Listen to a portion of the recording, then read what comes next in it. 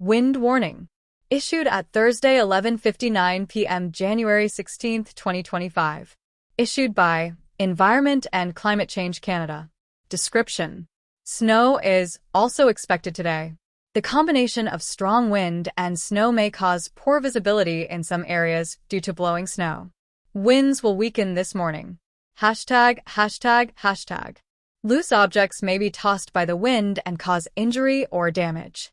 Motorists, especially in high-profile vehicles, may expect hazardous driving conditions on highways subject to strong crosswinds.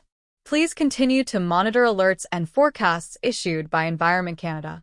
To report severe weather, send an email to abstorm@ec.gc.ca or tweet reports using hashtag #ABStorm. Recommended action. Be prepared to adjust your driving with changing road conditions due to high winds.